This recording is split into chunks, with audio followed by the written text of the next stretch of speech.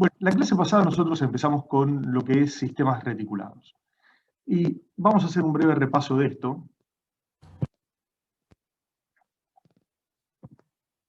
Ahí está, perdón. Esencialmente, ¿qué fue lo que nosotros vimos? Nosotros veníamos viendo que una viga simplemente apoyada, bueno, la configurábamos, la modelábamos a través de lo que era una simple línea que representaba el eje baricéntrico del propio barra. ¿No es así? Lo mismo pasaba con una columna, que era esto que teníamos acá, o una ménsula. Pero la verdad es que ambas tres estructuras, la viga, la ménsula y la columna, nosotros las podíamos en realidad materializar, ya desde un punto de vista físico, a través de algo que habíamos denominado como sistema o esquema de alma llena, como es acá, este de acá, o este que veíamos acá, en el cual que era un esquema o un sistema de alma llena. Era algo en donde todo el contorno del elemento estructural estaba constituido por materia. Y después agregamos que esta no era la única manera, sino que había otras, como esta que vemos acá. Un segundo. Ya le doy ingreso a los chicos que están. ¿Cómo hacemos?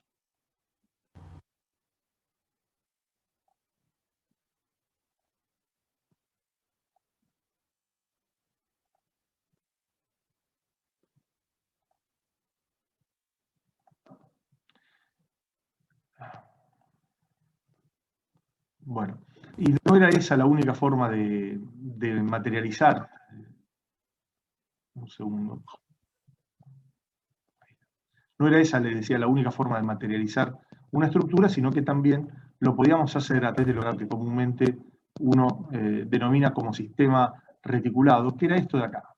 Este, para el caso de la ménsula, este para el caso de la viga, o este para el caso de la columna.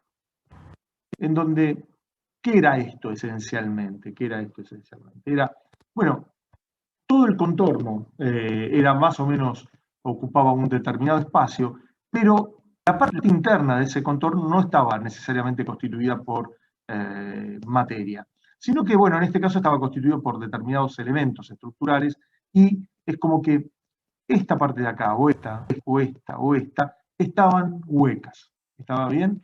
Entonces formaba lo que uno conoce como una retícula. Es decir, un elemento constituido por un contorno y constituido por determinadas divisiones en el medio, pero que entre esas divisiones no existía materia. A eso nosotros lo denominábamos sistemas reticulados. Muy bien, después lo otro que vimos fue, bueno, cómo es la diferencia entre el funcionamiento estructural entre una cosa y la otra, en donde dijimos, bueno, una viga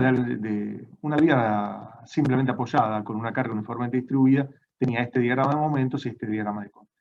Entonces, para una sección cualquiera, si yo venía acá y cortaba con una sección acá, por ejemplo, bueno, ¿qué me aparecía? Me aparecía un par y un corte. Bueno, el corte acá no está acá, pero era...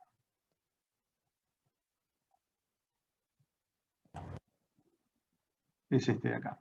Bien, ahora, el momento, uno lo podía descomponer en un par de fuerzas, ¿sí? Y uno trataba de que esta altura, que era el brazo del par de fuerzas, bueno, cayera en principio dentro de la parte material. Después vamos a ver cómo en un sistema de almacena se conforma ese brazo de palanca, ¿no? Pero en el caso de un sistema reticular decíamos, bueno, si yo hago coincidir que el brazo de palanca sea la separación entre los elementos que conforman una parte del contorno, en este caso los elementos horizontales, bueno, puedo suponer que toda la fuerza superior está pasando por ese brazo, por ese elemento estructural que se encuentra en la parte superior, mientras que la otra fuerza está pasando por todo el elemento que conformaría el brazo inferior. ¿Estamos de acuerdo? ¿Sí? Así que este es un poquito el principio de funcionamiento de un sistema reticular. Otra cosa que vimos fue, bueno, en un sistema de alma llena, es como que si yo tuviera, o mejor dicho, en un sistema reticulado, si yo tengo todo el elemento estructural conformado por materia, es como que, bueno, yo le voy provocando cortes en ese sistema del Mallena y voy retirando material. Y este es como si fuera el material removido de ese sistema del Mallena. ¿Sí? Bien, la ventaja que tiene un sistema reticulado es que va a trabajar exclusivamente esfuerzos axiales. Y para eso se deberán, bueno, conformar otras situaciones. Así que, bueno, o presentarse unas determinadas características. Bueno, después dimos una definición ya un poquito más formal de un sistema reticulado, que es una estructura conformada por elementos estructurales unidimensionales, al cual lo íbamos a denominar barras, en donde un elemento estructural unidimensional era un elemento en donde uno de sus dimensiones era mucho más grande que las dos restantes y que estas dos, a su vez, eran comparables entre sí. ¿Sí?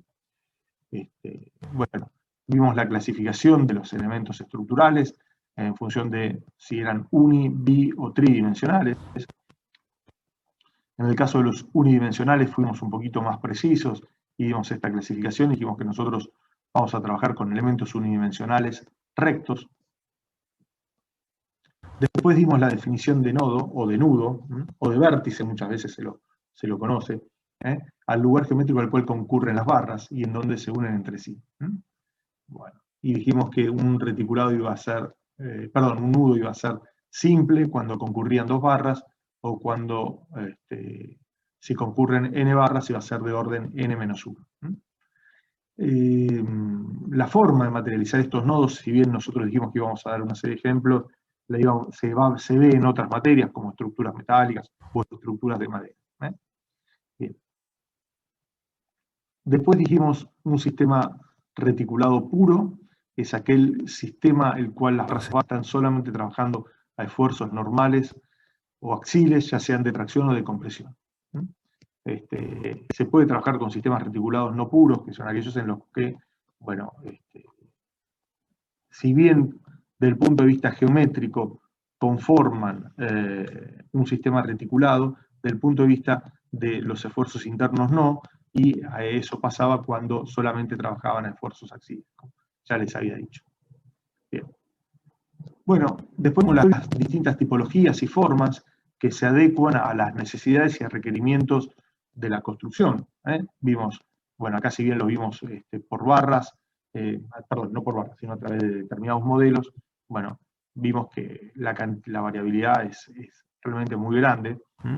Uno le puede dar las formas que quiera, así que son estructuras muy adaptables. Básicamente en las estructuras civiles la materialización se hace a través de acero y de madera. Acero y de madera.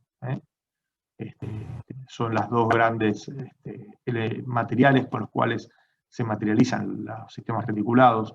En hormigón es muy difícil que se arme una estructura reticulada, realmente no conozco casi ninguna que se haya materializado en hormigón, porque es cara, los nodos son difíciles de lograr, bueno, y terminan no siendo una estructura hasta liviana, ¿no? Es decir, donde uno ahorre material. Justamente el principal objetivo de decidir entre una estructura de Mallena y una estructura reticulada, a veces pueden ser gustos arquitectónicos o gustos de estética de la propia estructura, pero fundamentalmente está relacionada con la funcionalidad y con el costo que involucra, ¿no? Es decir, la relación o la eficiencia desde el punto de vista del tanto técnico como de su valor económico. No tiene sentido hacer una estructura cara que realmente se podría haber hecho por la tercera parte o la cuarta parte de su costo, ¿no? Bueno, muy bien. Luis, ¿te hago una pregunta? Uno. ¿Podrías, si se podría poner con presentación, como para que se vea más grande la diapositiva? Sí, se puede. Yo como estaba haciendo el repaso, por eso no era simplemente por eso. Ahí está, muchas gracias. No, de nada. Bien. Muy bien. Usos, vimos un montón, edificios industriales, galerías, parrales, puentes, casas, y después vimos las fotos de todo esto. Ejemplos industriales de galpones. Esto de galerías, son elementos estructurales que se utilizan para el porte de material.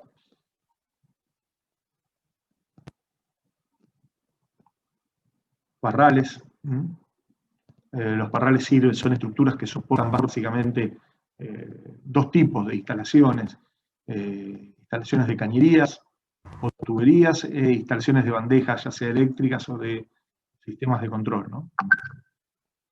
Perdón, en esta de acá abajo vemos que este es un puente, que se lo denomina también puente de cañerías, que soportan las cañerías para pasar, porque este es un camino, ¿no? Entonces, obviamente para no interrumpir el camino, por eso se hace ese puente. Puentes propiamente dichos, donde, bueno, no necesariamente todos los elementos estructurales funcionan a esfuerzos axiles dentro de estos reticulados, pero su solicitación preponderante es la de esfuerzos normales. Equipos, estructuras de madera, reticuladas, estereoestructuras, geodésicas. Bueno, ventajas y algunas desventajas. En general, estas estructuras permiten cubrir luces importantes, es decir, longitudes importantes, sin necesidad de apoyos intermedios. Tiene una alta versatilidad en las formas, usos y variantes. En función de si la configuración es plano o espacial, permite soportar cargas importantes. Los elementos estructurales, como dice acá la cuarta consideración, al trabajar bajo esfuerzos directos, los esfuerzos directos son los esfuerzos normales, en general son aprovechados prácticamente al máximo de su capacidad. Esta consideración, un poco la vuelvo a resaltar y le vuelvo a repetir lo que le dije la clase pasada, la vamos a terminar de comprender en la segunda parte de la materia. Así que cuando veamos solicitación exil, bueno, le vamos a entender mucho mejor. En general, si uno tuviera que hacer una estructura reticulada o de Almayena, la estructura reticulada es más liviana, con lo cual insume menor cantidad de material. A veces tiene una alta capacidad de reutilización y de remodificación, sobre todo esta última parte. Si uno tiene una estructura reticulada construida y necesito modificarla, es mucho más fácil la modificación sobre este elemento estructural que sobre uno de Almayena del mismo material, ¿no? Muchas veces se utilizan funciones más pequeñas, y los problemas que tienen es que, bueno, básicamente, o la gran desventaja es que en general se requiere un tiempo para el armado y para la fabricación más grande que para los de Almayena. Entonces muchas veces hay que evaluar si ese costo del armado y de la fabricación, inclusive hasta a veces del montaje, es mayor que poner algo con mayor cantidad de material, pero de Almayena, ¿no? Así que, bueno, hay empresas que están muy especializadas en la fabricación de sistemas reticulados y hay otras en la fabricación de sistemas de Almayena, sobre todo en estructuras de acero, con lo cual eso ellos logran una eficiencia muy alta y al lograr esa eficiencia alta pueden bajar considerablemente los costos, ¿no? Entonces, uno en general tiene que salir a buscar precios y a preguntar bien cuánto sale una respecto de otra. Bueno, básicamente los reticulados nosotros los vamos a clasificar en planos y espaciales. Y dentro de los reticulados en triangulados o de poligonales o complejos. Esta clasificación tiene que ver con si la forma que conforma la retícula interna es un triángulo o es un polígono de n grados, ¿no? Y a su vez, cada uno de estos se forma en simples o compuestos. Nosotros de todo esto vamos a trabajar con reticulados planos, triangulados y simples, que esencialmente es la forma más común de utilización y tiene una cantidad considerable de ventajas. A su vez, dentro de estos podrán ser cada uno estáticamente determinados o estáticamente indeterminados. ¿Y qué significa esto? Significa si la resolución de los esfuerzos internos la puede llevar a cabo a través de consideraciones exclusivamente desde el punto de vista de la estática. Y bueno, entonces cuando son estáticamente determinados, quiere decir que el sistema es unisostático y uno lo puede resolver sin mayores inconvenientes. Solamente planteando obviamente ecuaciones que provienen de la estática, ¿sí? Muy bien. Bueno, creo que habíamos llegado hasta acá, si mal no recuerdo, ¿no es así? Creo que teníamos que empezar a ver justamente las hipótesis simplificativas y los comentarios. ¿Sí? Bueno, a ver, veamos esto. Las barras, las tres hipótesis con las que nosotros vamos a trabajar van a ser estas tres que aparecen acá. Primero vamos a trabajar con barras de eje recto. Segundo, las barras estarán articuladas en sus extremos, es decir, que los nodos o los nudos estarán conformados por articulaciones. Las cargas van a estar solamente aplicadas en los nodos, es decir, las barras no van a estar cargadas en su longitud con esfuerzos internos. Con esfuerzos externos, perdón, con fuerzas exteriores. Bueno, vamos a ver alguna serie de comentarios a esto. Si las barras están articuladas en sus extremos, que es la hipótesis 2, los momentos en los extremos obviamente van a ser nulos. Y al ser barras rectas y estar descargadas de fuerzas exteriores en su longitud entre los extremos de la barra, los esfuerzos internos para cada una de estas van a ser nulos. Los esfuerzos internos que nos interesan son el de corte y el momento, son que van a ser nulos, mientras que no el esfuerzo normal, si no, no tendríamos esfuerzos internos en la barra.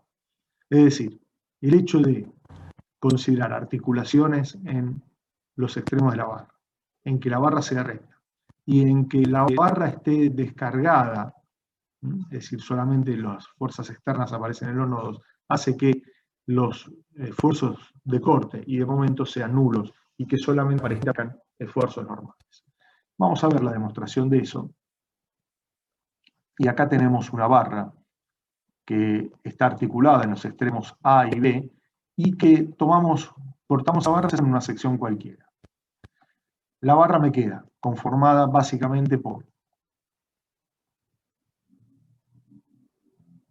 la parte 1 o parte de la izquierda y la parte 2 o parte de la derecha. ¿Estamos de acuerdo? En cada una de las partes, esta tiene una longitud X y esta obviamente, si la barra tiene una longitud L, la segunda parte va a tener una longitud L menos X. En cada una de las barras, en cada uno de los extremos del corte, ponemos evidencia a los esfuerzos internos. El normal actuante en la parte 1, el momento y el corte actuantes en la parte 1. Mientras que en la parte 2, en el extremo hacemos actuar el corte, el normal y el momento. ¿Entendido hasta acá? ¿Sí? Chicos. Sí, profe. Bien. Sí, profe, una pregunta. Sí. Esas fuerzas N y Q vendrían a ser las que están representadas por el momento, ¿no? Claro, acá M, esta de acá, es el momento. El esfuerzo, el momento flector, ¿no? Es decir, M1 y M2. Obviamente son iguales porque ustedes saben que los esfuerzos internos actuantes en cada una de las caras de la sección de corte son iguales. Este es el esfuerzo de corte. Entonces yo en principio voy a suponer que estos esfuerzos no son nulos y lo que voy a terminar demostrando es que son nulos si se cumplen esas tres hipótesis que recién acabamos de ver. ¿Se entiende, no? Ese es el objeto. Sí. Es decir, yo parto que en principio no son nulos y termino demostrando que son nulos. Es eso. Y por eso hago este planteo general. Continuamos un poquito más.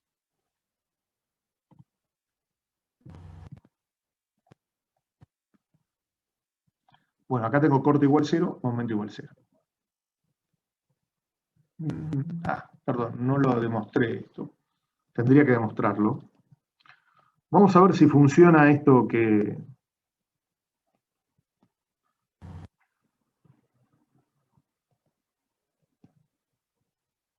Así que...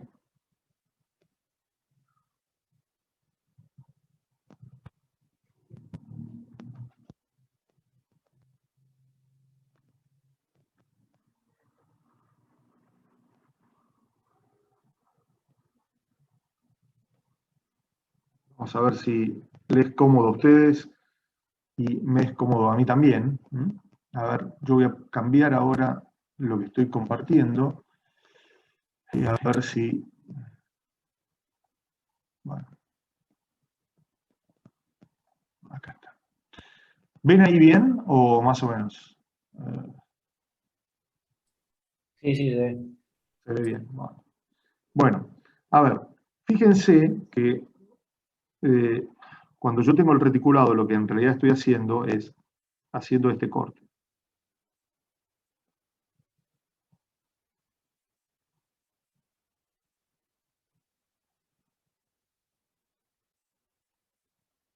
¿Sí? En donde esta longitud es X y esta longitud de acá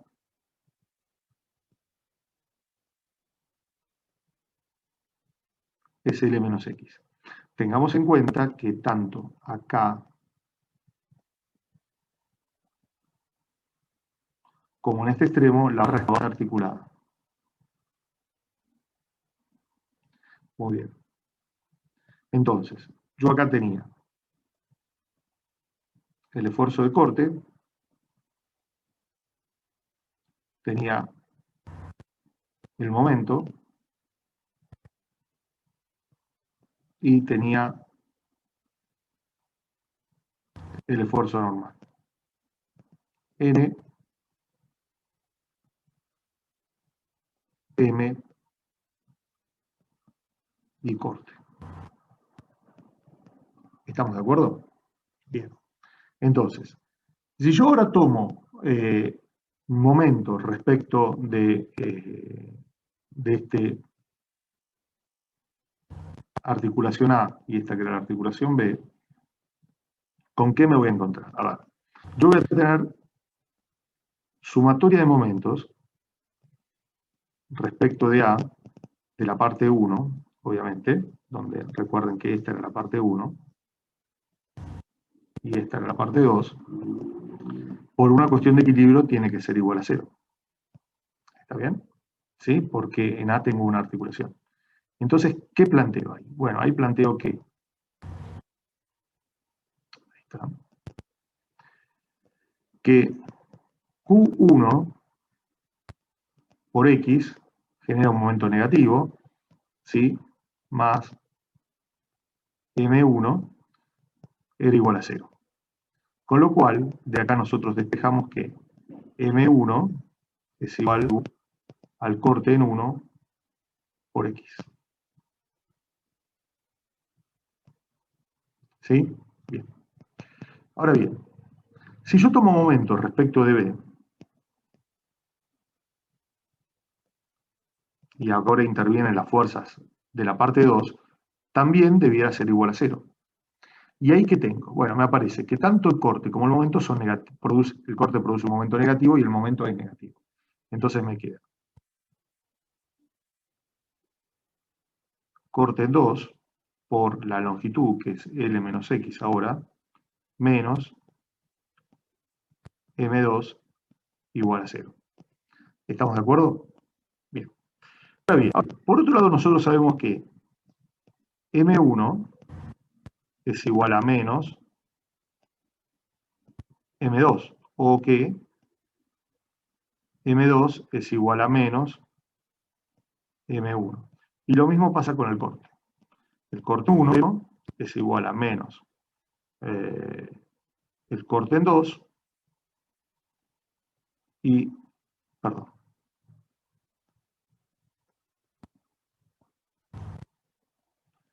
el corte en 2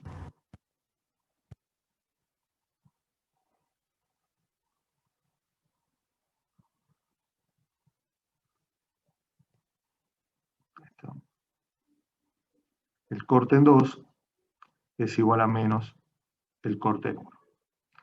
¿Estamos de acuerdo hasta acá? ¿Sí? Con lo cual, fíjense qué es lo que pasa acá. A ver, yo tengo que el momento en 1 es igual a menos el momento en 2. ¿Estamos de acuerdo? Entonces, yo esta ecuación, esta de acá, la puedo escribir de esta manera, como que menos M2 es igual a el corte 1 por X, ¿sí? Entonces, tranquilamente podría reemplazar en esta de acá que menos M2 es igual al corte en 1 por X. ¿Estamos de acuerdo?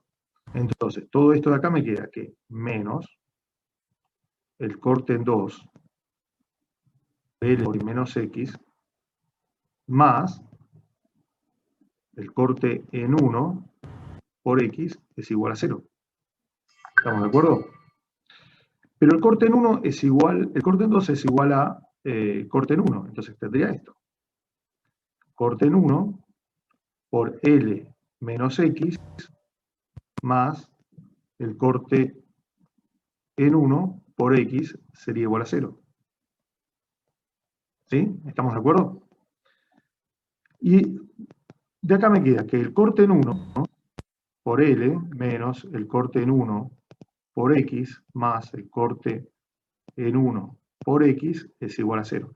Pero esto de acá y esto de acá se cancelan, con lo cual me queda que el corte en 1 por L es igual a 0. Y de acá surge que el corte en 1 es igual a 0.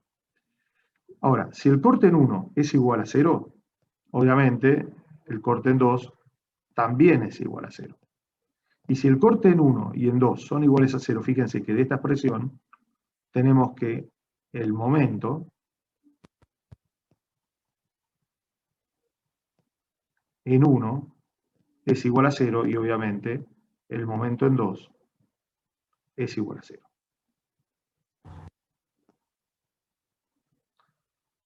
¿Me expliqué? Entonces, fíjense que cuando nosotros tenemos una barra que está articulada en sus extremos, no tiene cargas aplicadas en el medio, es decir, no tenemos una carga, por ejemplo, que esté aplicada acá, u otra que sea así, u otra de este tipo. Es decir, cuando este tipo de cargas no tenemos, la barra está articulada, la barra es de eje recto, vamos a tacharlos estos para...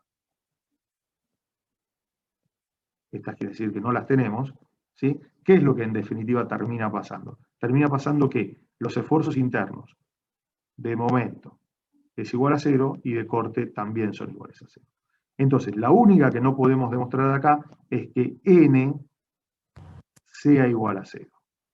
Esto es lo único que con esta demostración no podemos hacer y de hecho los esfuerzos normales no van a ser iguales a 0 y justamente van a trabajar exclusivamente a esfuerzo normal. Podrá haber alguna barra de un reticulado en donde sí el esfuerzo normal es igual a 0, pero no necesariamente todas las barras que conforman la estructura sean iguales a 0.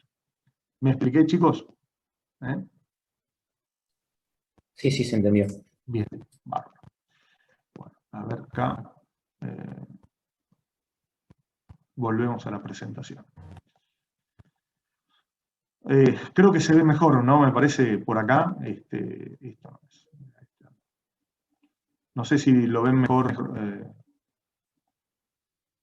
esto o no, chicos. Sí, sí, está muy bueno. Bueno, esperemos que...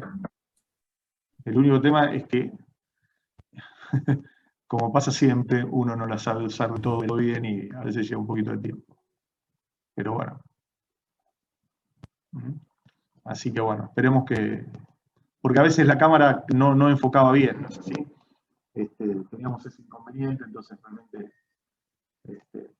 pero bueno, vamos a tratar de que de esta manera, a ver si funciona, lo vamos a aplicar. Volvemos a la presentación anterior. Muy bien.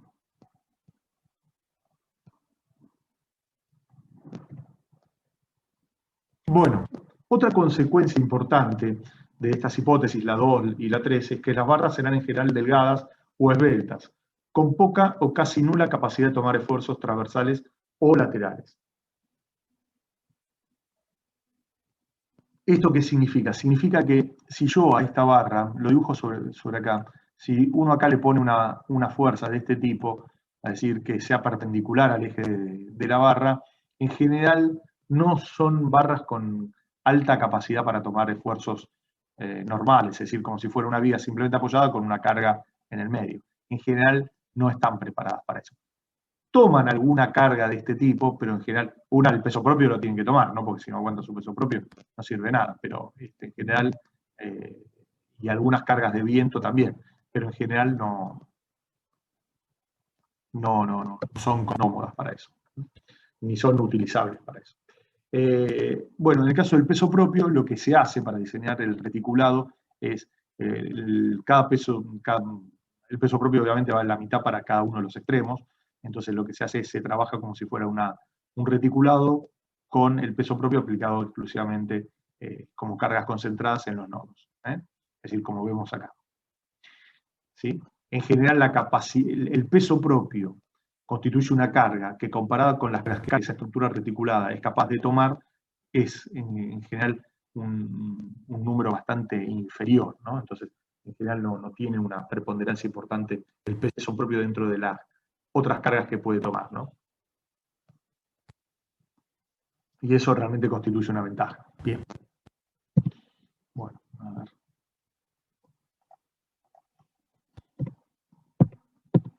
Perdón, acá había una consideración. Si las barras fueran curvas, es una situación que, bueno, a veces resulta inevitable porque, bueno, el diseño tiene que estos reticulados requieran de barras curvas. Bueno, van a aparecer en esas barras esfuerzos de flexión. Entonces ya no van a trabajar exclusivamente esfuerzos normales. Bueno, esto se lo doy como un comentario, porque nosotros vamos a trabajar con elementos estructurales conformados por barras curvas, Así que, bueno, este comentario de acá tiene que ver un poquito con cómo es la materialización de los nodos en un sistema reticulado, y para que ustedes vean que los nodos no constituyen una articulación perfecta. Es decir, una articulación que realmente permita el giro relativo entre las barras.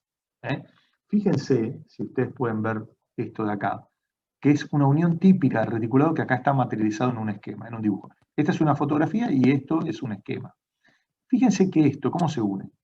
La barra inferior, que es el cordón inferior, con el montante y la diagonal, se unen a una chapa en común, que se llama chapa de nudo o cartela. O, como dice acá, placa de unión. En realidad es una chapa más que una placa. Es decir, la diferencia entre placa y chapa es que la chapa trabaja con esfuerzos contenidos en su plano y la placa con esfuerzos perpendiculares a su plano. Bueno, esto es una chapa. Esa chapa de unión uno la tiene que hacer o tratar de materializar de las menores dimensiones posibles. ¿Eso qué me garantiza? No me garantiza que esta diagonal, este montante o esto van a girar una respecto de la otra. Lo que me va a garantizar es que en realidad los momentos flectores que esa chapa de nodo puede tomar son muy chicos. Y como consecuencia de eso, se asemeja mucho más a una articulación que a un empotramiento. En realidad acá hay momentos. Son irremediables, pero esos momentos son muy chicos comparados con los otros esfuerzos como el momento flector y, como el esfuerzo normal. ¿Me expliqué con eso?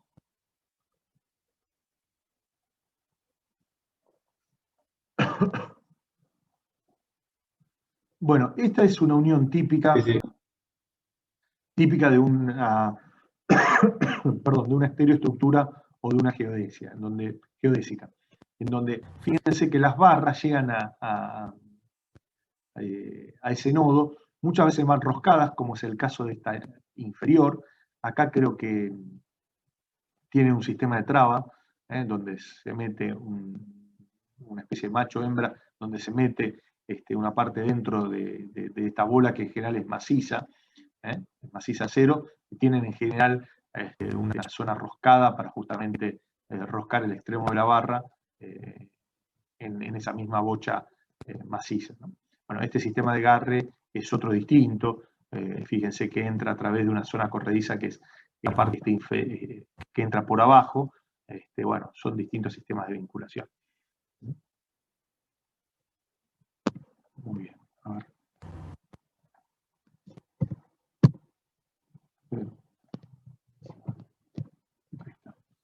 Bueno, acá tenemos, fíjense, otro tipo de uniones, fotografías de uniones, acá. Lo que se trata es que, fíjense, las fuerzas cómo se transmiten de las barras, en este caso a los tornillos, y los tornillos a la placa, y la placa al resto del nudo. Entonces lo que se trata es que la resultante de los esfuerzos que pasan por los tornillos concurran a un mismo punto. Entonces eso hace que sea un sistema de fuerzas concentradas en el plano. Y por eso no se generan momentos. En la medida que el diseño de esa unión disiente de eso, se aleja más de esta consideración, bueno, aparecen momentos secundarios, ¿no? Bueno, acá, fíjense, hay otro sistema de unión, son en general un poco más complejos en elementos, en estructuras de madera, que es lo que son en acero. Acá las estructuras en acero se pueden resolver básicamente de dos formas.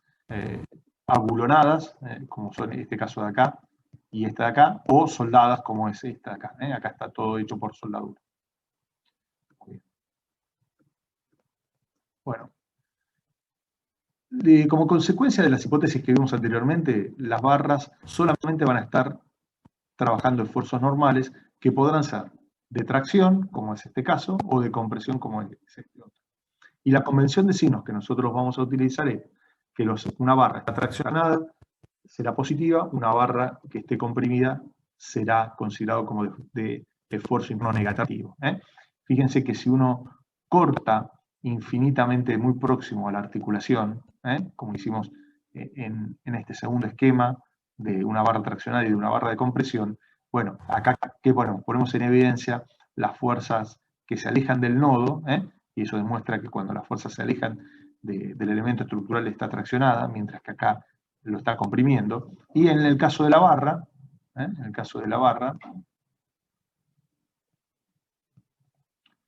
que es esto de acá, fíjense que cuando las barras, los esfuerzos se alejan de los extremos de la barra está traccionada, mientras que acá la barra está comprimida. ¿Quedó claro? Sí, sí. Bueno, muy bien. Cosa que ya sabíamos, pero bueno, simplemente lo estamos repasando. Bueno, seguimos un poquito más.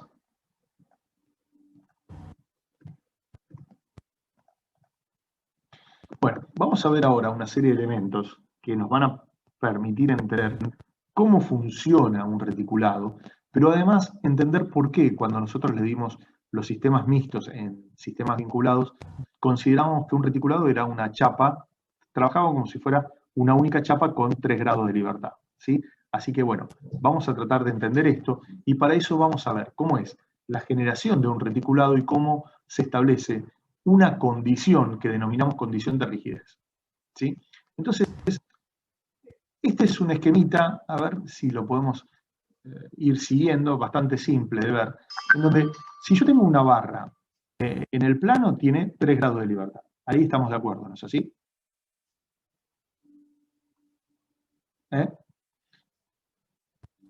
Sí, sí.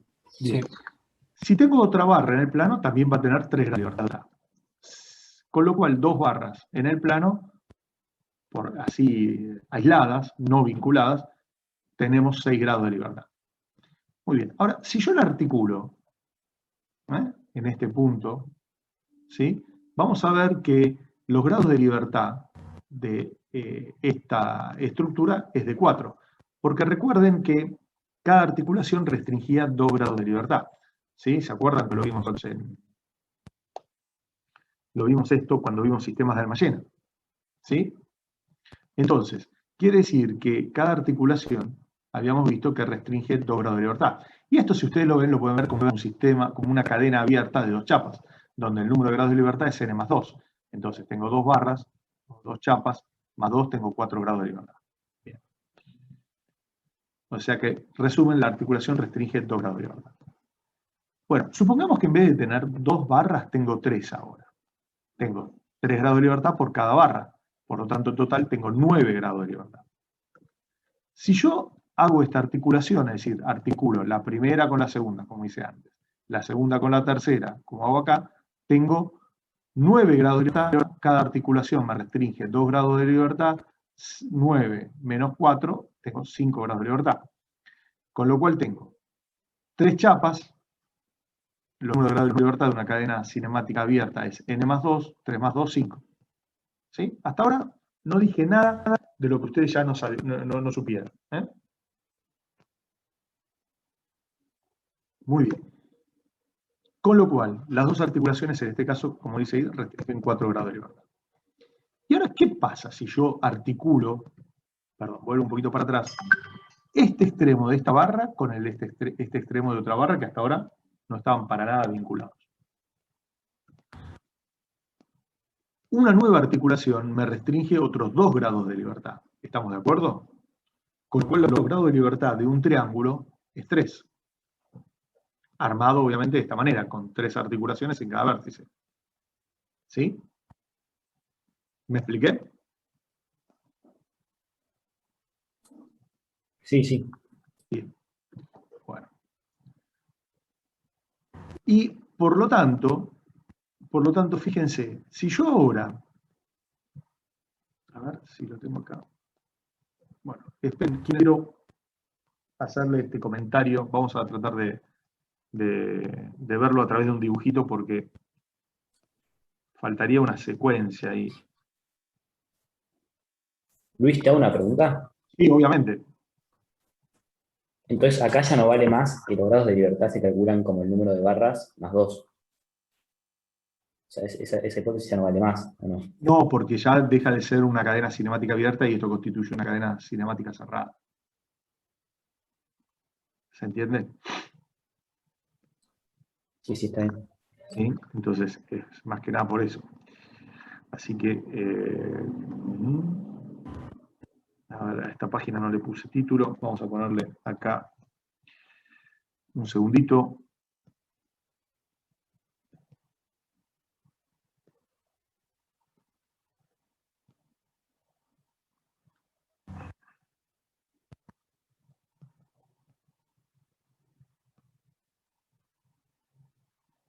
Perdón, no le estoy compartiendo lo otro. Vamos a ver acá. Bueno, muy bien.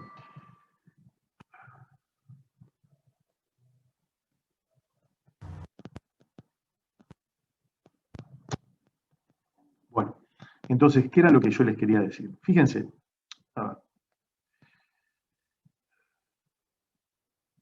Yo hasta acá tenía mi reticulado base, que estaba conformado por este triángulo con sus 3 articulaciones. Y acá nosotros habíamos llegado a la conclusión de que esto tenía grados de libertad igual a 3. ¿Estamos de acuerdo? Bien. Ahora, déjenme extenderme un poquito más. Supongamos que yo hago esto ahora. Tengo mi reticulado y le voy a agregar una barra y acá le agrego otra barra más. ¿Cuántos grados de libertad tiene esto ahora?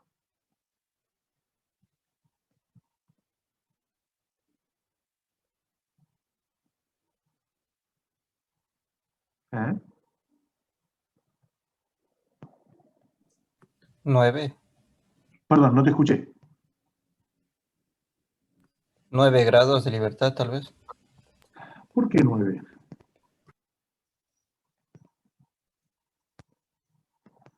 Si mira, yo tengo esto de acá, que, perdón, este no, así. Fíjate que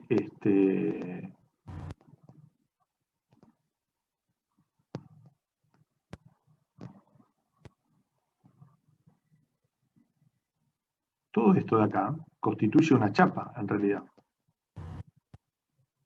¿Sí? Todo esto de acá constituye una chapa. Y entonces, si esto constituye una chapa, yo estoy articulando otras 2 barras. Entonces, ¿qué tengo? Tengo una cadena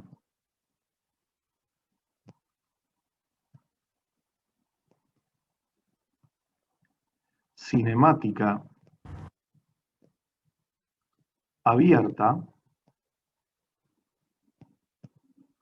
de 3 chapas,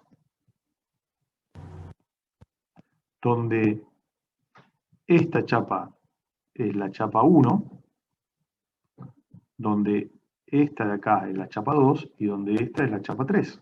Por lo tanto, los números de grado de libertad de esta cadena, Serían 5. claro, es n más 2 igual a 5. ¿Estamos de acuerdo? ¿Sí? ¿Me expliqué? Y fíjense qué pasaría ahora si yo los articulo, los extremos que quedaron libres de la chapa 2 y de la chapa 2 y la chapa 3, de tal manera de conformar lo siguiente ahora.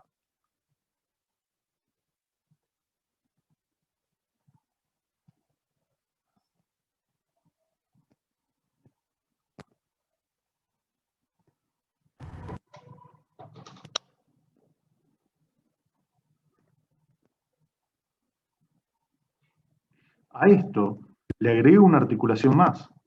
Y si yo le agrego una articulación más, la articulación me restringe 2 grados de libertad. Por lo tanto, los grados de libertad de esto ahora es igual a 5 más 2, donde esto viene de la articulación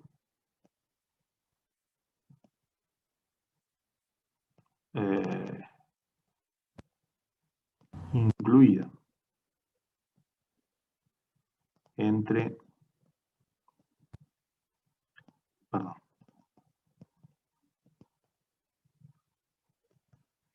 entre 2 y 3.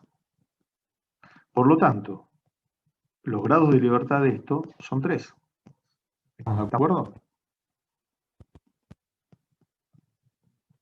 ¿Sí? ¿Me expliqué, chicos? Sí, es como que sería una chapa sola. En definitiva, fíjense, los grados de libertad de esto son 3. Ahora, fíjate lo siguiente. Soy un poquito hincha con esto, pero bueno.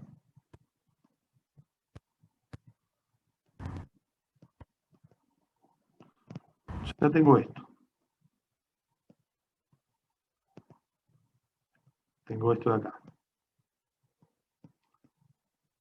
Si yo repito este proceso,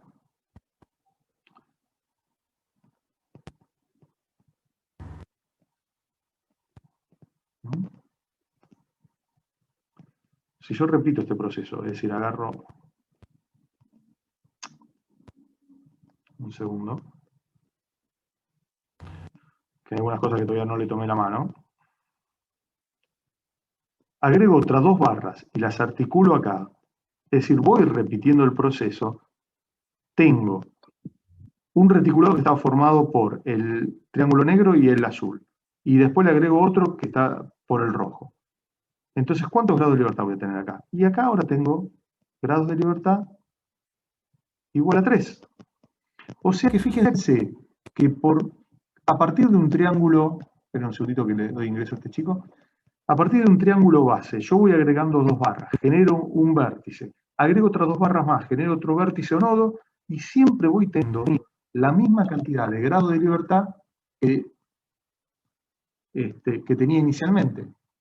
O sea, y así puedo armar el reticulado que quisiera. ¿Estamos de acuerdo? Siempre partiendo, obviamente, de un triángulo base. Por eso es que los reticulados tienen justamente 3 grados de libertad. ¿Entendido? Chicos. Se entendió, Luis. Sí. Bien.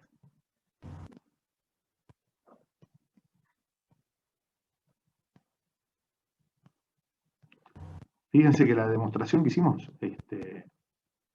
no fue nada del mundo, ¿no? Es decir, fue algo bastante sencillo. Así que creo que esto, bueno, por lo menos aclaró bastante. Yo pensé que esto lo había puesto ahí en la presentación, pero evidentemente no lo agregué. Así que, bueno, por eso le hago esta aclaración. ¿Sí? Bueno, muy bien. Volvemos para para atrás. Luis, una pregunta. Sí, hablen un poquito más fuerte, porque hay algunos que a veces no los escucho bien y Sí, decime. ¿Ahí me escuchas bien? Sí, un poquito mejor, sí. Siempre, cuando generamos reticulados, ¿siempre deben ser triángulos o también, por ejemplo, pueden ser hexágonos, por decir cualquier forma? Mirá, uno puede generar un reticulado que sí sea a partir de un hexágono o de un pentágono o del polígono que uno desee. No hay problema, pero nosotros esos no los vamos a ver. ¿Está bien? Tienen otras características, tienen otras particularidades y esos nosotros no los vamos a ver. Nosotros vamos a ver los reticulados que son los más comunes y que se usan, te podría decir casi en el 98% de los casos, que son los reticulados formados por triángulos. ¿Sí? ¿Me expliqué? Ok, listo, buenísimo. Bárbaro. Sí. Eso estaba, ahora cuando vuelvo a la presentación, acá, paso un poquito rápido para atrás para que lo veas.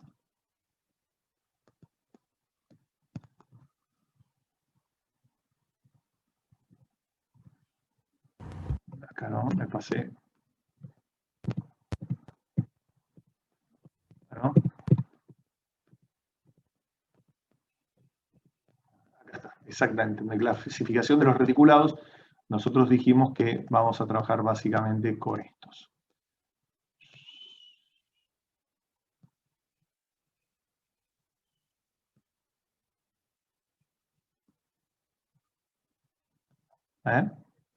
Y está dicho acá, reticulados planos, triangulados simples.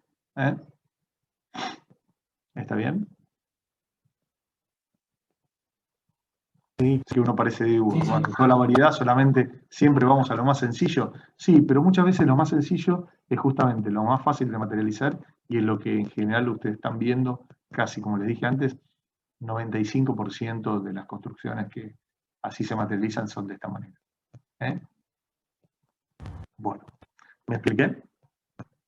¿Quedó contestada la pregunta? Sí, contestada. Bárbaro, gracias. Muy bien. Vuelvo para donde habíamos dejado. Acá, bueno, y acá. Bien.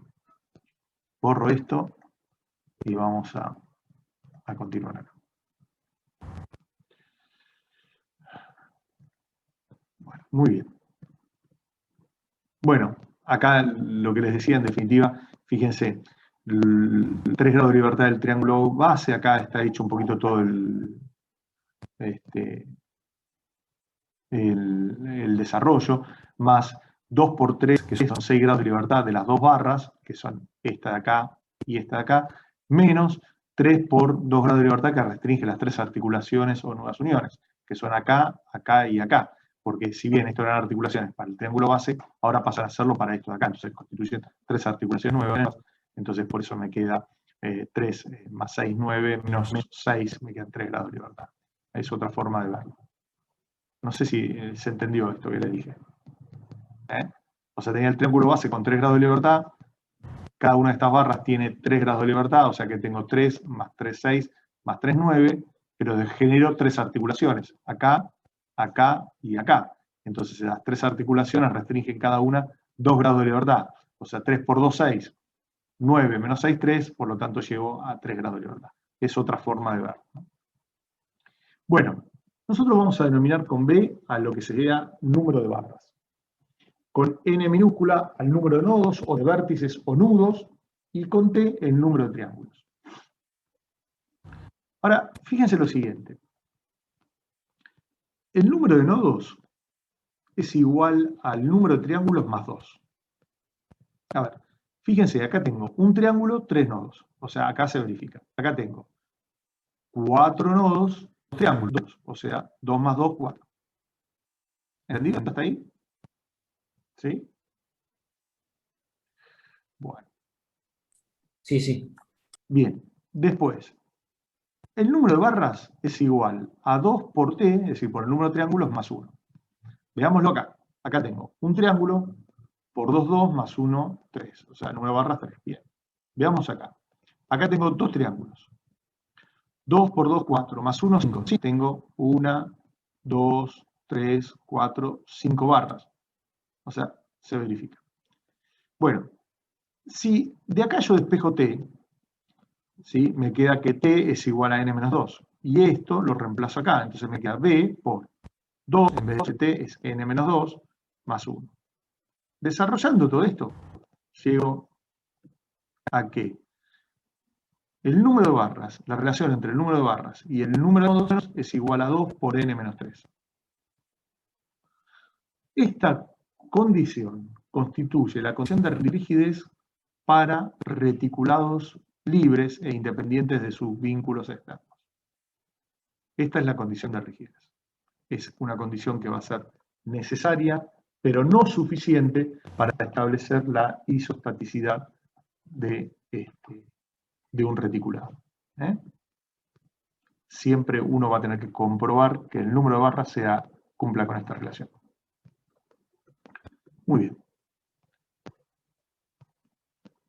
Es una condición necesaria para que el reticulado, sea indeformable, por eso se lo denomina condición de rigidez, porque de esta manera el reticulado no se va a deformar.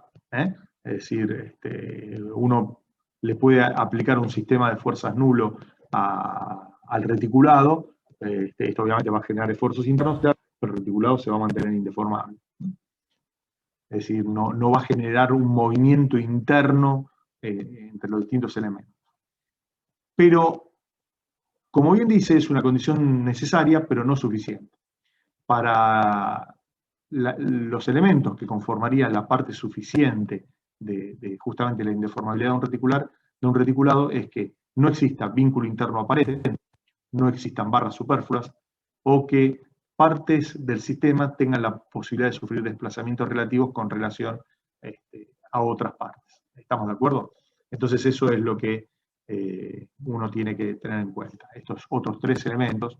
Y ahora con lo que nosotros vamos a ver, vamos a establecer justamente cómo es la isostaticidad de un sistema. Ahora bien, para resumir, un reticulado generado de la manera en que lo hemos explicado recién, es decir, aplico un triángulo base, agrego 2 barras, genero un nodo. Vuelvo a agregar 2 barras, genero un nodo. Vuelvo a agregar 2 barras, genero un nodo, y así armo todo el reticulado. Se dice que ha sido bien generado y que el mismo va a constituir un sistema reticulado simple e isostático, si cumple además otras condiciones que mantenemos enseguida. Muy bien, el análisis acerca de la generación del reticulado persigue dilucidar si el mismo es o no indeformable. ¿Sí? Bien. Isostaticidad de un reticulado simple. Los pasos a seguir son los siguientes. Primero, verificar la condición de rigidez, que B sea igual a 2 por n menos 3. La segunda es verificar que el reticulado ha sido bien generado a partir de, como vimos, de un reticulado base generamos todo el sistema reticular. Después, como los grados de libertad del reticulado es 3, las condiciones de vínculo que uno tiene que imponer a ese reticulado también tienen que ser 3. Y finalmente, realizar el análisis cinemático del reticulado como si fuera, como lo que veníamos desarrollando hasta ahora, es decir, verificar que el mismo sea cinemáticamente invariable, es decir, que no exista vinculación aparente. ¿Quedó claro? Lo que pasa es que para un reticulado es muy simple, porque las formas, al constituir una chapa, la forma siempre de sustentar es o poner un vínculo fijo en un nodo y un vínculo móvil en otro, o poner 3 vínculos móviles. ¿Estamos de acuerdo? Y en el primer caso, la normal de ese vínculo móvil no tiene que pasar por el fijo, y en el segundo, las 3 normales no tienen que concurrir a un único punto. Obviamente no podemos empotrarlo por lo siguiente, porque si yo empotro uno de los nodos, ya deja de cumplir con una de las premisas de los reticulados en donde todas las barras están articuladas. ¿Me expliqué, chicos? ¿O quieren o necesitan que hagamos un esquema o un dibujo? A mí me genera duda, nada más la segunda que dice verificación de la generación del reticulado. ¿Cómo la verificamos? La verificamos como les expliqué hace un ratito. Partís de un triángulo base y tener que ir demostrando, generando todo el reticulado. Ah, ok, listo. Ahí ¿Sí? está. ¿Sí? ¿Entendés? Entonces vos llegás a la forma final del reticulado de la siguiente manera.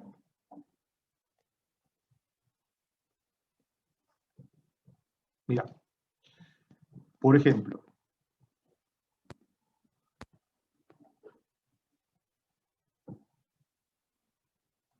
ahí estamos.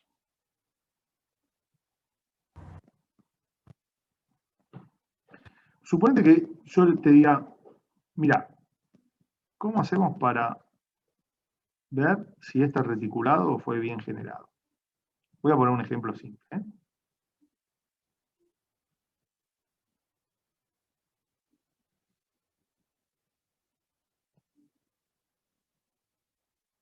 Espera, vamos a hacerlo de esta manera.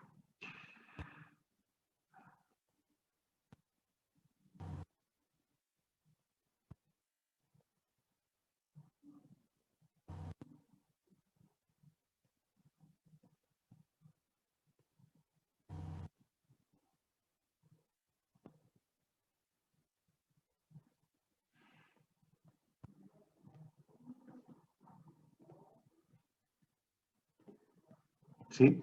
Suponete que yo te pida, bueno, ¿cómo hacemos para demostrar que este reticulado fue bien generado?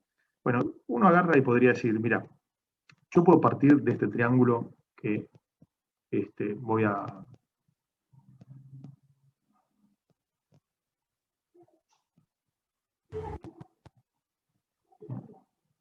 que sería esto de acá, a ver, fíjate. Yo parto de este reticulado. ¿Está bien? Entonces, fíjate cómo lo genero. Yo digo, bueno, tengo acá este reticulado que está constituido por esto.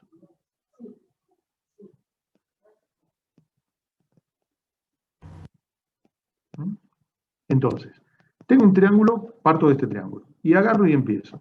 Bueno, a ver, genero esta barra, y genero esta barra, y se genera una articulación. Perfecto. Fíjense que agrego 2 barras, un nodo.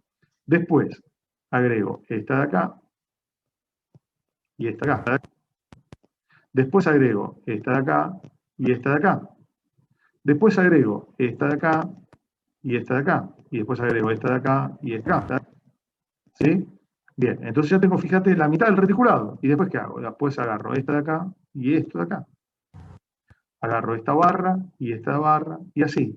Y así voy completando todo el reticulado de tal manera de en definitiva, llegar a la conclusión.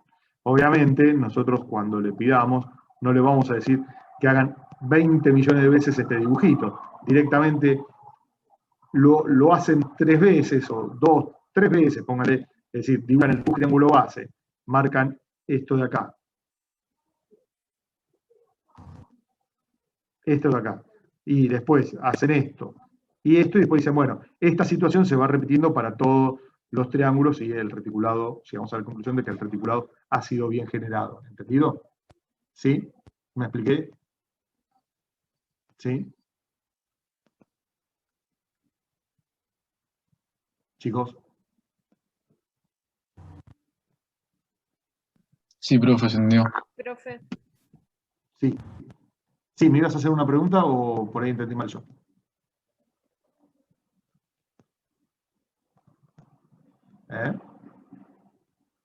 ¿Se entendió? Bueno.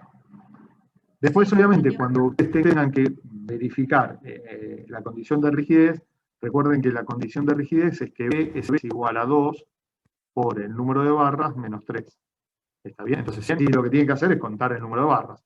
Entonces, cuando cuentan el número de barras, van a tener 1, 2, 3, 4, 5, 6 del cordón inferior. 6 del cordón superior, entonces van poniendo 6 más 1, 2, 3, 4, 5, 6, 7. Esto tiene que ver con el cordón inferior, esto con el cordón superior, esto con los montantes, y después las diagonales. 1, 2, 3, 4, 5, 6. Bueno, y acá tienen 6 por 3, 18, más 7, 25 barras. Y después contamos la cantidad de nodos. ¿Y la cantidad de nodos cuántos tenemos? 1, 2, 3, 4, 5, 6, 7. 7 por 2, 14. Y entonces tenemos que ahora sí comprobar que 25 se iguala a 2 por 14 menos 3.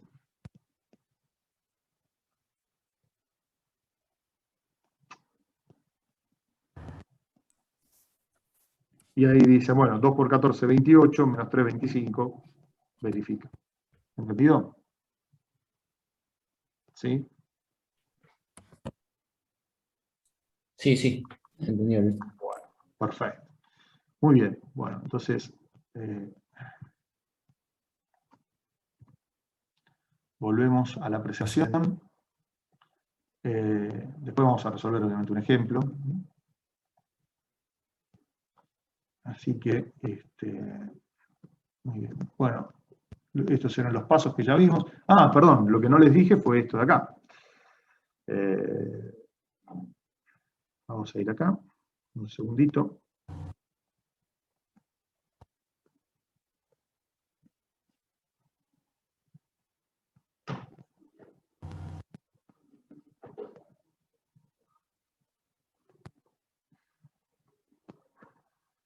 Vamos a ver esto, un segundo.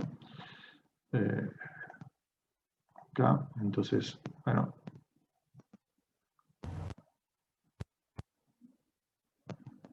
Bueno, ahí lo que vamos a ver es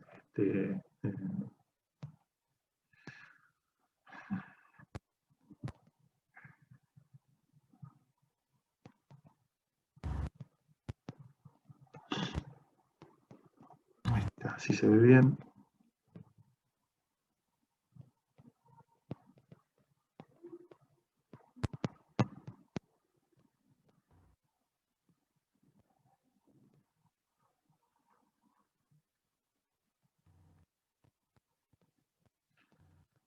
Muy bien, y ahí entonces cuando dibujamos, ahora lo que vamos a ver es, por ejemplo, hago un reticulado simple ahora para ¿cómo se llama? Para ver lo que inicialmente les había dicho como base. Perfecto.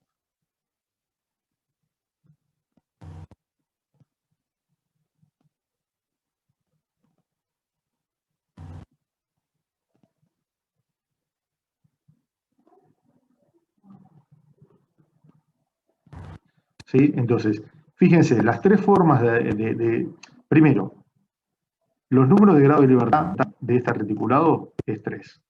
Por lo tanto, yo tengo que imponerle 3 condiciones de vínculo. Entonces, las tres formas de imponer 3 condiciones de vínculo, existen 3 formas. La primera es con un empotramiento.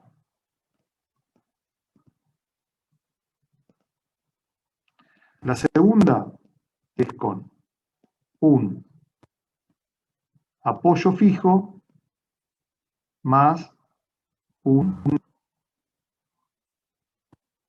apoyo móvil. Perdón. Ahí está.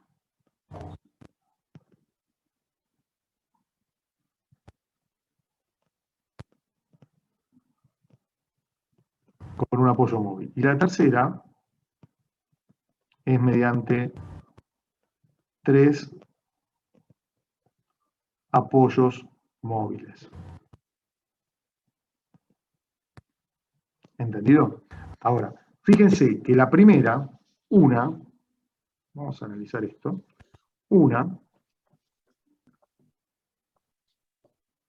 no es posible.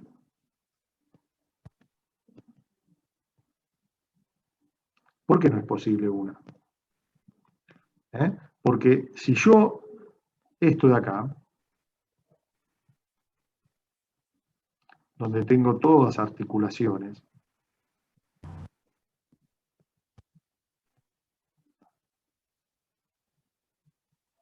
donde tengo todas articulaciones,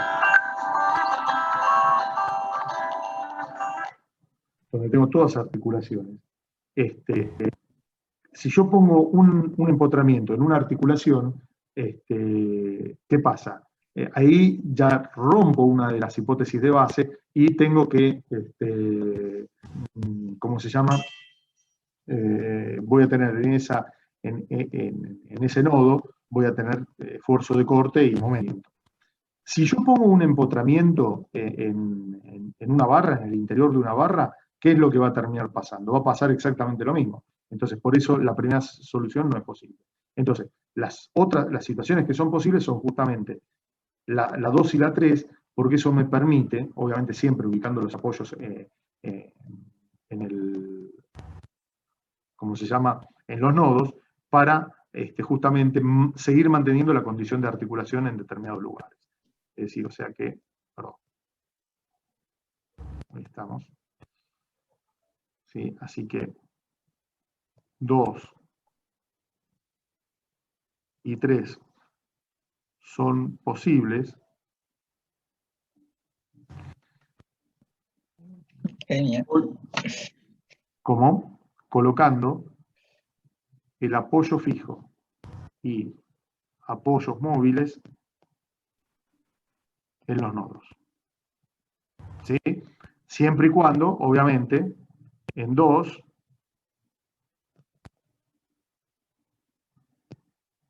la normal no debe pasar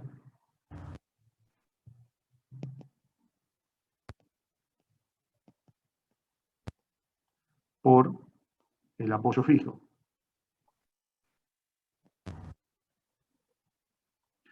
Acá sería del móvil, ¿no? Pero encima me dio risa porque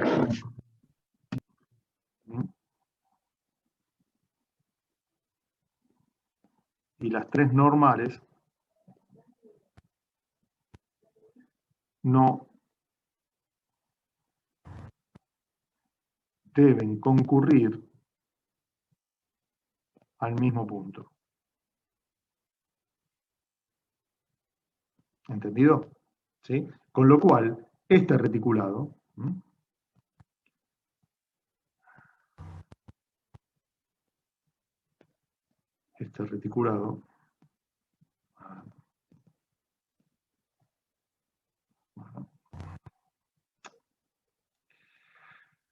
bueno, algunas cosas que evidentemente yo lo quería copiar y pegar, pero ahí esto lo pongo ahí, pero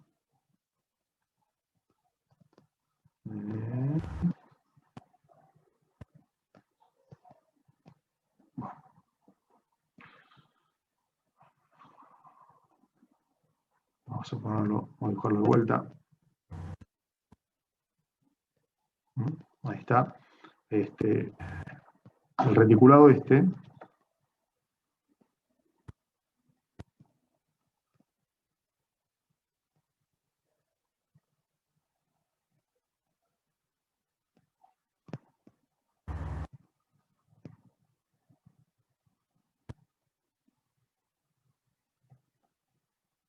una de las posibilidades es sustentarlo de esta manera. ¿Se entiende? ¿Sí? Nunca poniendo los apoyos entre medio de las barras. Y la otra posibilidad es que si uno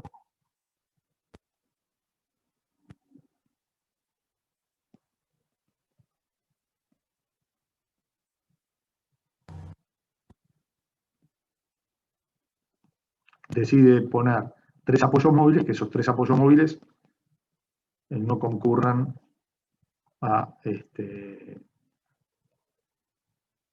un mismo punto. Por ejemplo, poniendo 3 apoyos móviles de manera.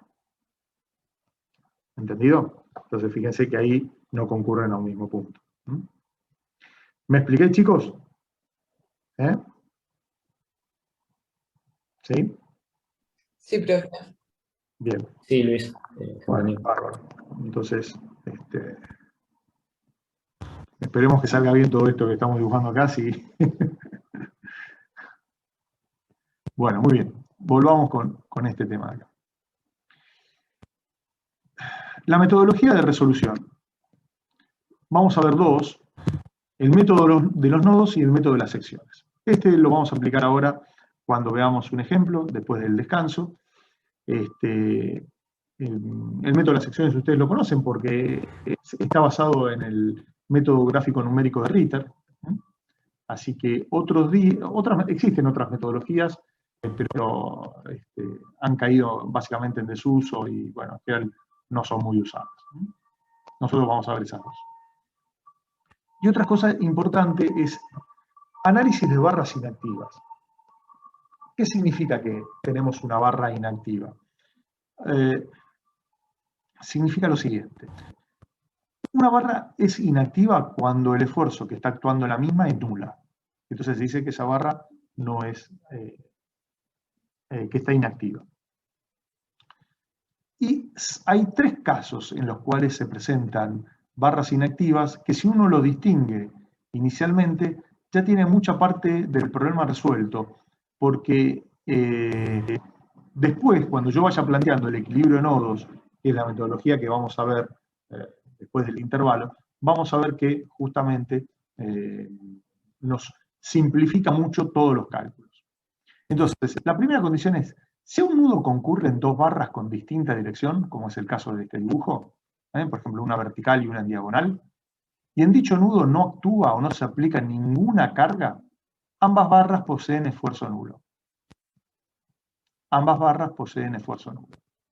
Bueno, esto es fácil de ver por lo siguiente. Fíjense. Un segundito.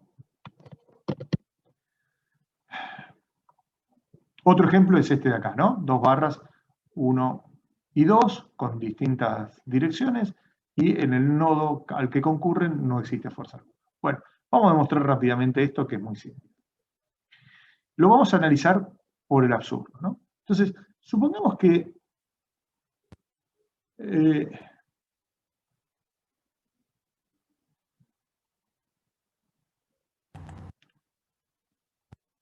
la barra diagonal actúa esta fuerza. Esta fuerza, que la vamos a llamar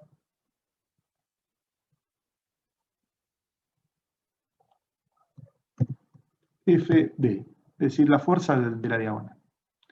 ¿Estamos de acuerdo?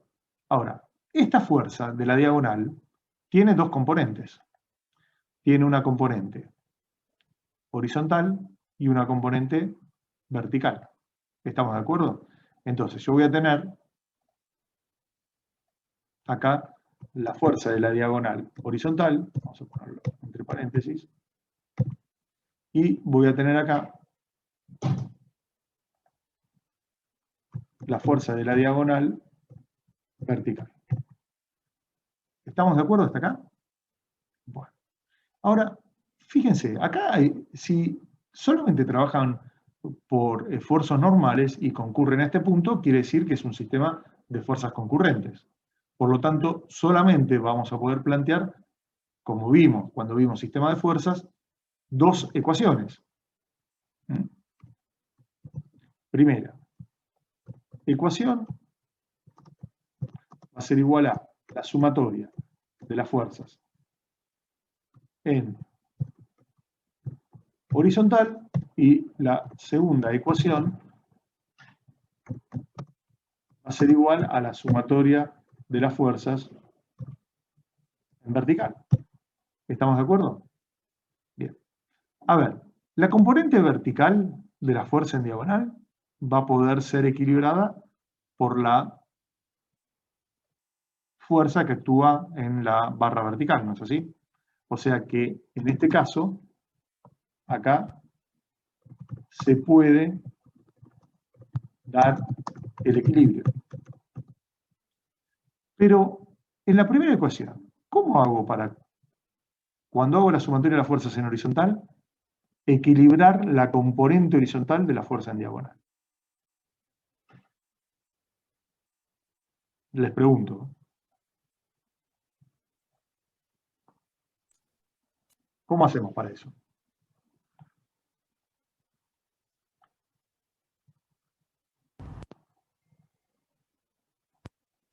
Solo que sea nula. Claro. Es decir, no se puede dar y la única posibilidad es, como bien dijiste, salvo que sean nulas. Entonces, conclusión, si a un nudo concurren dos barras con distinta dirección y en dicho nudo no actúa o no se aplica ninguna carga o fuerza externa alguna, ambas barras poseen esfuerzo nulo. Así que esta es la primera característica o particularidad para distinguir barras inactivas. Muy bien. Me expliqué, ¿no, chicos? Sí, sí, perfecto. Bien, vamos a borrar esto. Vamos con la segunda. Si a un nudo, vamos a poner el dibujito así, se entiende mucho más, concurren tres barras, dos de las cuales son colineales, y por otra parte no se aplica ninguna fuerza exterior alguna a dicho nudo, la tercera barra, o barra no colineal, posee esfuerzo nulo. Es decir, tengo estas tres barras, B1, B2 y B3, donde B1 y B2 son colineales entre sí. Al nodo no aplico ninguna carga. Y después tengo como barra 3 esta que está inclinada. ¿Estamos de acuerdo? Bien. Entonces, fíjense, esta barra, de vuelta, va a tener una fuerza en la dirección de la propia barra. Con lo cual va a tener una componente vertical y una horizontal. Obviamente acá las barras está puesta vertical, pero pueden tener cualquier dirección, es indistinto. Entonces quiere decir que en realidad la fuerza actuante en la barra 3 va a poder tener una componente en la dirección 1 y otra en la dirección perpendicular. Entonces, la componente vertical de la fuerza de la barra 3 se va a poder equilibrar con la de la barra 1 y de la barra 2. Porque esa condición puedo plantear una cosa. Pero la componente horizontal o componente que es perpendicular a la dirección 1 no va a tener forma de ser equilibrada. ¿Entendido? Es decir, yo puedo tener acá, acá puedo tener una fuerza así, acá puedo tener una fuerza así, y acá puedo tener una fuerza de este tipo. Esta, la de la 1 y de la 2, tienen su dirección en la dirección 1. 2 tiene una componente en la dirección 1 y en una dirección perpendicular. Pero la componente horizontal no tiene forma de ser equilibrada. Siempre y cuando tengan en cuenta esto que dice acá, ¿no? Que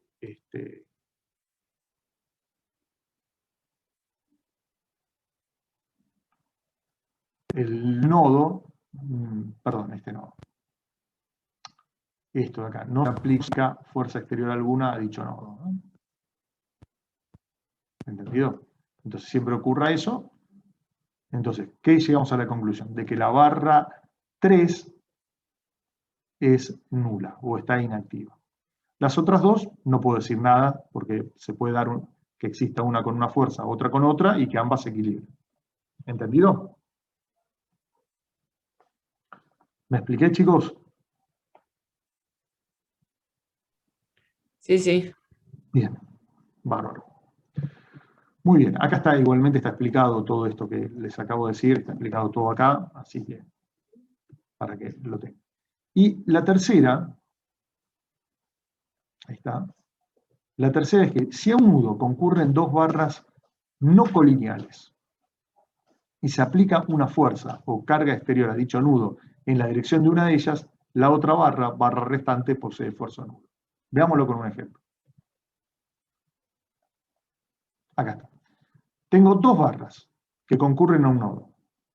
Pero en este nodo existe una fuerza aplicada ahora. Es muy parecido al caso 1, en el cual en el caso 1 no había ninguna fuerza exterior aplicada en el nodo. Acá sí hay una fuerza, F. Pero justamente tiene la dirección de una de las barras. Bueno, acá en la barra 2 lo que puedo asegurar es que el esfuerzo nulo ahí es 0. Bueno, y nuevamente, la forma de demostrar es que la componente que es perpendicular a la dirección de la barra 1 no tiene forma de ser equilibrada. ¿Quedó claro? ¿Sí? ¿Se entendió? ¿Pero te puedo hacer una pregunta? Obvio. Perdón, ¿eh? Sí. En este caso, porque todos nuestros sistemas de referencia de las fuerzas verticales eran paralelos a una barra, ¿no? En este caso a la vertical, ponele B1. Sí. Entonces B1 no generaba como una fuerza horizontal en X. Claro. Pero si ponele que esta barra la rotás, por ejemplo, ¿no? 90 grados a la izquierda, estas dos barras, y B1 genera una fuerza en X y una fuerza en Y, y B2 también. Ahí cuando haces la sumatoria de fuerzas horizontales, ¿cómo llegas a que son nulas los esfuerzos? Espera, No sé si me expliqué. Sí, creo que sí, pero me parece que te tengo que hacer un comentario respecto a eso. Mira, vamos a poner acá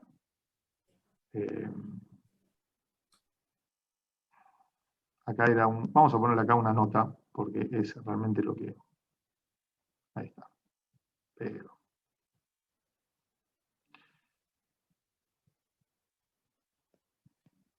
Bueno, a ver, vos lo que decís es que todo el sistema lo giro en 90 grados, ¿no es así?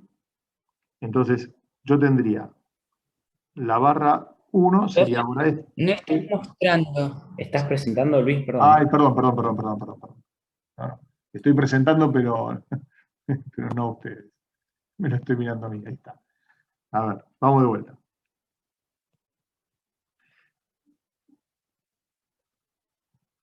Ahí está, muy bien.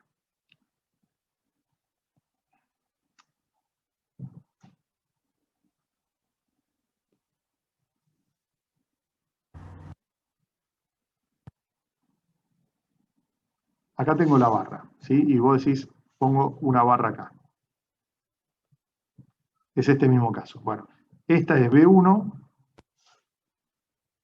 y esta es B2.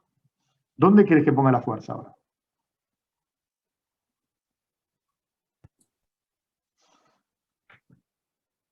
De B1. No, yo lo que decía, Luis, era como que el sistema de referencia como que no sea paralelo a ninguna de las dos barras.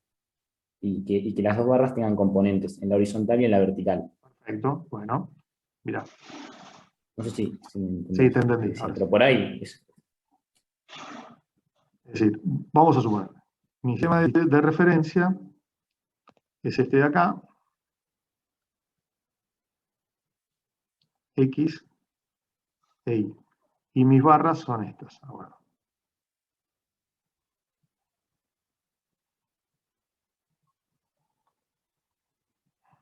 Vamos a ponerlo así. Ahí está, sí, a eso me Esto es refiero. B1 y esto es B2. Y entonces, cuando yo pongo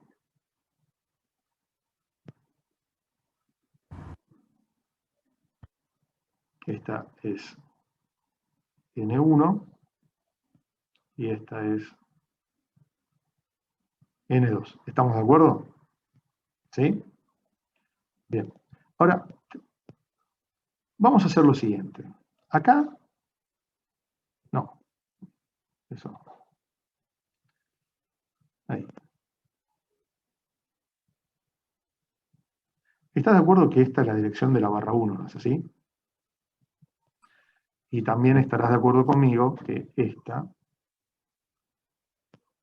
es la dirección de la barra 2. ¿Sí? ¿Estamos de acuerdo? Si yo ahora te cambio la referencia, si yo ahora te cambio la referencia y digo, bueno, a ver, N1 tiene la dirección N1 tiene la dirección 1. N2 tiene una componente en 1 y tiene una componente en la perpendicular a 1.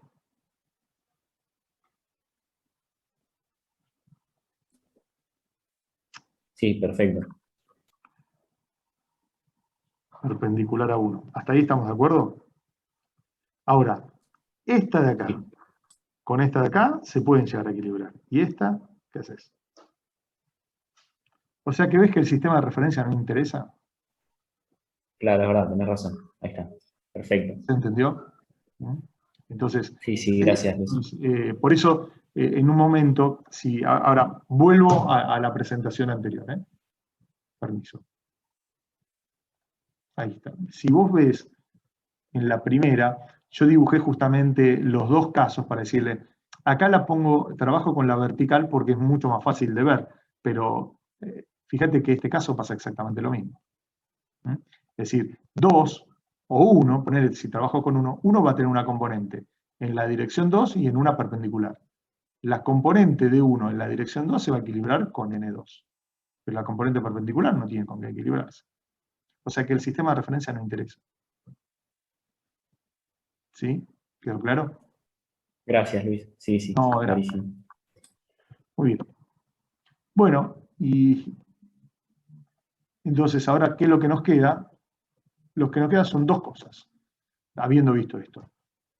En realidad 3 cosas.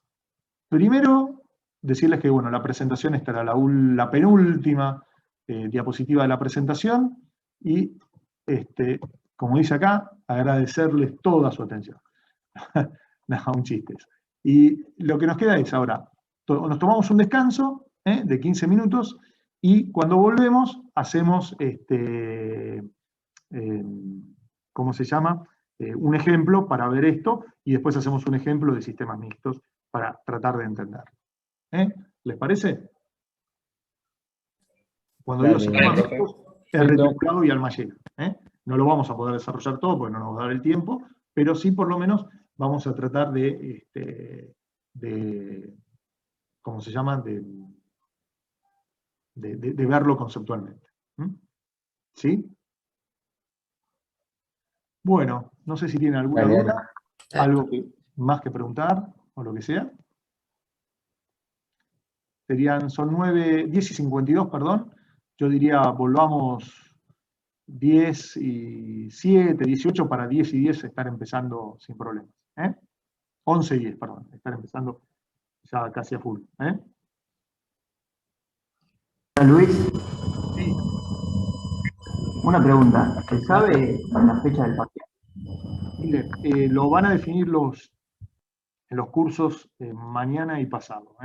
Pues lo estuvimos hablando en función de cómo a ustedes les venía bien y bueno, cómo habíamos avanzado con todos los temas. Sí, pero yo creo que lo van a definir y bueno, calculen que no será, no sé, de acá a 2 semanas o 3 como mucho. ¿Sí? Bueno, bárbaro. Perfecto. Gracias. Bueno, yo paro de compartir ahora. Y bueno, nos encontramos 18 más, 11 y 8 minutos, cosa de estar largando 11 y 10. Muy bien, nos vemos chicos, hasta luego. Dale. Hasta luego.